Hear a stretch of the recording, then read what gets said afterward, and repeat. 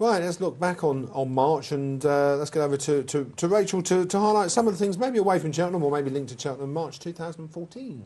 Yeah, March this year, three-time Grade 1 winner Beneficent has been retired after injuring a joint in his hind leg. JCB committed to a further 6 years as sponsors of the Triumph Hurdle at the Cheltenham Festival. Irish starlet Mike Connor suffers fatal fall in the Champion Hurdle at Cheltenham. And the National Trainers Federation insisted the increasingly controversial self-certificate system remains essential given Britain's 48-hour declaration system for the flat and some major jump races, but admitted some people continue to abuse it. That's March. OK, well, let's talk about March and obviously the champion, Al Connor. That was dreadful. Before we talk about some positives, Al Connor was really sad. It was sad, and I think that race will be one of the most hyped up. If it was a boxing event, it would be true box office. When you think you had Al Connor, the emerging talent, you had Hurricane Fly in there, the new one obviously that was hampered, and a lot of people will still argue to this day that it would have won. Jesky winning out of pretty much, I wouldn't say unbacked, but 9-1 was a bit of a shock. My Tent or Yours, obviously, it was pulling so hard, blew its chance. It was there was a lot of superstars in that race, and I remember thinking to myself, that was the most anticipated Champion Hurdle for a while for me. It was really I think we hyped it up a lot on the show, but I think it was genuine hype. We were excited about it, and you know, you could have had 5 people in a room and they'd have picked out a different horse to back for that race. I love that. Whereas I think this year we're heading a bit more of a showdown route, but we'll see. It'll be interesting. Yeah, sorry, it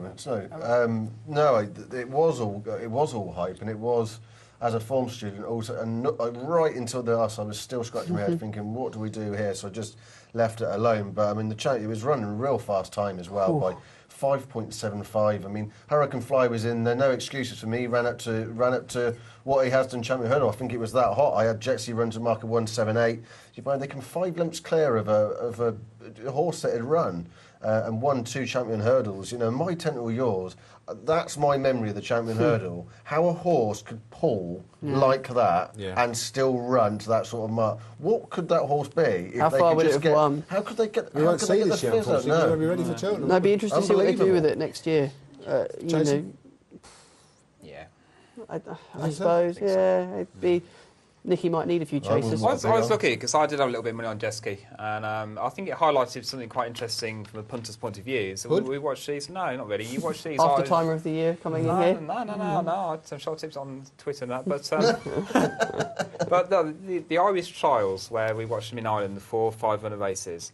And then you get to Cheltenham Festival and it's different. And that shouldn't surprise anyone. But, you know, when you're looking at these, I know you quite like these sort of 4 5 winner graded races in the early year, but it just shows when you get everyone's geared to Cheltenham, and that was Jesky's day, whether we'd win it again. I think also horses are geared towards Cheltenham more and more now, and there's times of the year when horses can't run well 12 months of the year, and that's why on the flat you see them either peak towards the end of the season or peak early season. I mean, even the Great Australia got beat. And Tagruda got beat. I mean, they're all fantastic early part of the season, but I think sometimes we think they're invincible, don't they? And going back to the Champion Hurdle, a lot's been made to, you know, Ruby Walsh's ride, he was too far back. When they're going that kind of speed and breaking records like that round Cheltenham at that time, of course they're not going to come back to you. No. If they're breaking records and winning races at over 5 seconds, how are you going to pick them up? Yeah. What about the Gold Cup and the... Well, I mean, that would be remembered as the worst ever in history. The most baffling Gold Cup. I mean, you watch that replay back, you still don't... If you watch it back from, say, I don't know, the turn, you still don't think the winner's going to win it. And it was baffling. I can remember sitting there and, luckily for me, I managed to get out of jail free because the inquiry was being held. I got onto Betfair, managed to back the winner because I thought they're never throwing this out. How often do we throw races out in this country, let alone championship races? But you've got to credit the winner, but it was just bizarre. Oh, Sam, it was it's got to be the worst in history. You know, you've got Lord Wyndham as a race, John Bolster was there as well. The giant Bolster. Lord Windermere's come out obviously in Ireland, ran behind Boston Bob, and that he's already shown that what that form's worth. I mean, for me, normally Gold Cup stand the year Bobsworth springs to mind. You know, I was looking at 184 kind of rating. You know, I was talking these rated, you know, in a heap. The first 3 like 175. I mean.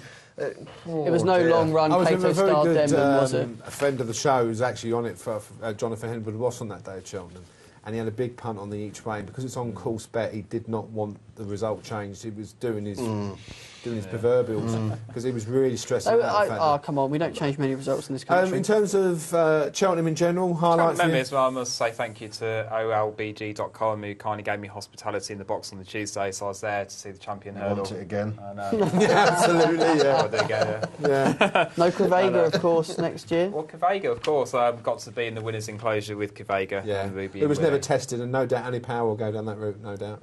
Well, Yeah. don't forget, I think you're ruling out a horse that came second, because Willie Mullins got the 1-2 and gave Crevega a hell of a scare this year, was Glenn's Melody, who did nothing wrong. Don't forget, Glenn's Melody was the horse that Mr Mullins was sending over to the UK every Saturday, cleaning up these mares' races at Warwick and places like that. And she performed fantastically well. Interestingly, came back in a schooling race in Ireland recently and performed very well. So I wouldn't be surprised to see Glenn's Melody going for this. He's also got a horse that I quite like that's struggling a little bit to come back to fitness, Anna Lafay, and Annie Power, who we think still probably will go for it next year. And talk about Annie Power, more of that. Wins the World Hurdle from Annie Power. Annie Power was the big hype horse of the festival, wasn't it? Yeah, she probably was. She's a horse that struck me as being an in-between trips. You know, in between. You know, whether it's what trip she should go at really. But no, she's very likeable. I don't know with her. As I said, I think tripless is probably the wrong word, but just sort of in between. Hard to place, would you say? Hard to place over I think what she should distance have come out, want, ran in really. the mare's hurdle. If it wasn't for Kvega, she would have come out, ran in the mare's hurdle. If she was fitting well, would have ran in the world hurdle 2 days later. I think it's worth it. What was, for me, stood out in March was how difficult a winter we had last year. You know, we had all that rain. It wasn't cold last year. No. That rain. All we had heavy ground going to Cheltenham, and you looked at it. I mean, really was a real tough festival because you were trying to assess form on completely different paces. I mean, I'm not sure about anyone else, but I sat on my hands for most of it. I didn't really get in, as heavily involved as I normally would because I just found it very hard to gauge. Yeah, I mean, I thought, aside from the obvious races, the Supreme Novices, Champagne Fever getting beat was my personal, we mentioned biggest losses of the year. I was already coming over the last, I was already booking that holiday somewhere hot and exotic. And then out of nowhere, my friend nudges me Where and was says... that? Where was that? Felixstowe? Well, Felixstowe in September. it turned very quickly from Barbados to Bognor, put it that way. And my friend nudged me and said, oh, that one's going well. And I thought, what's he talking about? And suddenly, Western Warhorse has appeared out of nowhere to win. I mean, Tom To Stew, be fair, Sam fantastic all the ride. time kept going Champagne Fever. I mean, I was up up to my did, neck yeah. in Champagne Fever. He was. And I wasn't drinking champagne afterwards. But, credit my friend who came out with the best line ever afterwards. I knew that was going to win because David Pipe sent it down to the start early. And I turned to him and I nearly punched him. And I said, oh, did you have a pound on then? He said, no. I picked Champagne Fever as well. March for you. We obviously I've talk got to about mention Cheltenham. Kimya Springhill, the only other win on my backs, I think, at the festival. But it jumped around lovely in the amateur riders' race under Robbie McNamara. And The obscure races, the amateur race at Cheltenham. What about Kiara. Vitor and Fahim? They're the two we should be talking about. Vitor and Fahim. Yeah, absolutely, yeah. And obviously only Briar Hill really let Mr Mullins down for the treble on Yeah. those novices, which would have been nice for him. But both fantastic horses and probably gone different ways to which we thought. Yeah, absolutely. And in terms of Vitor, a terrific one in the Supreme, which is turn up winners left, right and centre, isn't it? That's a hot race. It's a very hot Yeah. race. Any other highlights of March that you've noted before we move on? Not from me. Not no. from me, it's from Oh, the I festival. thought I did think there was maybe a weather. Lingfield race, but maybe that will come up to the Good Friday aspect in a moment. Let's get over to Rachel in relation to April 2014. Yeah, April 2014. A first edition of the General Stud Book by James Weatherby containing pedigrees of racehorses from the earliest accounts to 1807 went under the hammer in a sale at Druitt's and Bloomsbury auction at Godalming Sale Room on April the 10th. All-weather championships held for the first time at Lingfield. Ruby Walsh dislocated a shoulder, fractured a humerus in a nasty fall in the Triumph Hurdle at the Cheltenham Festival. It was announced that a deal enabling the export of thoroughbreds and sports horses from Britain to China has been secured, a move that could potentially earn an 8-figure sum for the British economy. And finally, Lady Cecil was the latest Newmarket trainer to give the thumbs up to Great Leys after she took 2 horses, including Frankel's brother Noble Mission, to work there. Right, okay. No doubt the Good Friday meeting at Lingfield you could talk about for 15 minutes, but is it on your notes of April? It wasn't really. I mean, I think the all-weather Yeah. championships generally is a very good thing. It's got to help to improve. I don't It's buy still this very- qualifier like that, do you? I mean, every time there's an all-weather qualifier, none of them horses are going to appear on the day. Do you think? They might do. The prize money's there, isn't it? And that's the Yes. key thing. You know, we spoke about it, and there was a lot of debate on this show as well. Did we think there should be this day off where there's no racing? I must say, this year, the way Christmas has fallen, it is a nice break for the jockeys and the people that work in racing. And I think that's good. They deserve a bit of a break. And I know Donald McCain's mentioned as well. He thinks that the jump programme should be broken up so there's a 4-week break in the summer. And I don't blame him. I think we could all accommodate Good that. Friday, Well, isn't it? yeah, I think it's absolutely fine. As much bank holiday racing as possible. I mean, we talk about the bigger jockeys. You know, I know a lot of the smaller jockeys that love bank holidays because any time they get rides. This is true. You know, Get so 4 or it's 5 rides it's rather than one. It's a good opportunity for them. The turnstiles tell no lies. Oh, yeah, That the people go people racing. will come in. We'll have to really test that, I guess, this year, being the first time. You know, once the novelty wears off, are they still going to get the same attendances? But for me, you know, I'll take a day off on a Sunday or whatever. And I can review the racing later in the week. You know, it doesn't affect me like that. I don't feel I have to watch racing every day, and you know, I can just watch the recordings back. But if it's good for the sport, and it was certainly good prize money, you know, what's wrong with it? My one thing I wish Lingford had done, a lot of my friends went and they said, "Oh, you like your racing, are you going?" And I said, I was away at the time. I said, "No, I'm not." But I said to them afterwards, "How did you?" "Oh, yeah, it was really good. It was well busy, and we had a few drinks, and so back to winner." I said, "So you're going back then?" "Well, maybe." And that's Yeah. where I think there's an opportunity missed. And I really want these bank holiday days where the prize money's great, the atmosphere's great. Something on the door, free tickets for the summer festival, something like that. Maybe a racemaker in Billy going up to you Well, and saying, maybe, but something needs to be done because we want them back in the sport. Okay, April. April, I think obviously April's Grand National Day, and we had quite an unusual Grand National Day this year. We went to Alistair Liddell's yard to see a horse we had a share in, Molly Wanacracker, and so we spent the morning at the yard. Liddell's were very hospitable. We had a good morning. Everyone's just talking Grand National in the racing yard all morning, so great sweepstakes. And then we nipped off to a pub in Lambourne to have a few drinks and watch the first couple of races.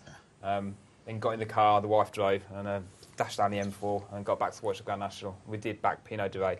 Great to see Leighton Aspel, see all the time at Plumpton and Fontwell get the winner, so that's a good memory. This for me. shows you how bad I like, because we've done a Grand National preview here, and I'd done 5 horses that I said wouldn't come anywhere near winning the Grand National, and the 5 that I gave, if you look back on it, 3 of the 5 come first, second, and third. So you had the TriCast then? I did, but there were 5 of the 5 I didn't fancy. For the Well, it took me National. into it. I backed did. five or I six. backed Balthasar King because I thought if it was ever going to win a national, it was going to be that time. I think now I don't want to see him put it into a national personally. I think they've got to stick to the cross country myself. But it ran really well. Pinderee, you can't fault the winner. I mean, I didn't back it. I'll be Yeah. honest. Well, Mine was Mr. Moonshine. Mr. Moonshine. Oh, I love backed it. I watched him win at Warwick, and I went and I backed him before Warwick. And then it was something like ridiculous. I think he was 140 on Betfair. I backed him there, went in the shops, backed him 100 again. But then he ran in a 2.5 mile race. And I was thinking to myself, please don't win, please don't win. And as soon as he won that, I knew I'd done my money. Because if you win over 2.5, you're not going to win any Grand National because you've got too much speed. So, but I was in front of the TV when my slips already, he was jumping for fun. I was thinking, oh, could he last out, you know? He must have tried beautiful, but I know he wouldn't stay, and he didn't. But like you do this, don't you? You start dreaming, and I was getting the old holidays on that. I don't bet on the National, though. No, I get the family, they go, well, I'll have £1 on this, £1 on that. I go and put it on for them, and then put it in my pocket because I know I ain't going to win. And that's the best bet you can have for fun is that weekend you can do the national, and sometimes it's the weekend after, and the Masters for the golf. If you can ever get the double up of that, you'll be retiring. Would be. £10 each way double, you'll be off. The other thing we must mention, one eye catcher for me came in April, and it's a horse that I really want to see back out fairly soon. It'll be very quick. Was Beat That, that won Yes. so impressively, and I'm still waiting. Okay, well, we did have Nicky Henderson on the phone on the weekend, and I don't know if we mentioned Beat That. We definitely mentioned a couple. We It's mentioned been Whisper really, and a couple really others. quiet. Joss's There's Hill. not enough on it. We'll have to wait and see. Yes, okay. Anything very quickly in Very April? quickly, thank you to Nick Batsford, who gave me my Tip TV debut in April, and I had a really good first day. Okay. And then we went down from there, really. Right. He hasn't phoned me once for being here at Bet Racing Nation, but already he thanks OLBG and Tip TV for making his career as a panellist. But maybe one day I'll get the recognition. I deserve. But anyway, we are halfway through our review of the year. We've focused January, February, March and April. After a very short break, we'll take a look at May. And I do believe it was one of our biggest tips of the season one. See you after this.